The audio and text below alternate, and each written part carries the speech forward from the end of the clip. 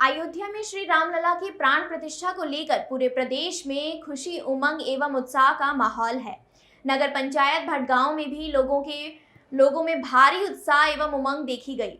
नगर में जगह जगह भक्ति भाव में पूजा अर्चना के कार्यक्रम आयोजित किए गए। साथ ही पूजा पाठ, भजन गायन के कार्यक्रम आयोजित हुए। वहीं नगर भटगांव में भव्य शोभा यात्रा निकाला गया, जहां पर बच्चों व महिलाओं को काफी उत्साह देखा गया। महिलाएं व बच्चे पीला वस्त्र पहनकर डीजे की धुन पर मंगल गीत गाती हुई नाचती गाती थिरकती दिखी। तो वहीं इस दौरान भगवा ध्वज पताका लहराती हुई दिखाई दी। मानो ऐसा लग रहा था जैसे भगवान राम आज ही वनवास से वापस लौटे हैं। राम भक्त उनके स्वागत में जय श्री राम के जयकारे लगाते हुए भगवा पताका लहराते नजर आ रहे थे।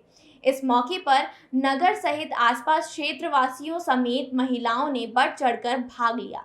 वहीं जग जग प्रसाद वितरण व भंडारा का भी आयोजन किया गया। वहीं बड़ी संख्या में नगर सहित आसपास के लोग उपस्थित रहे।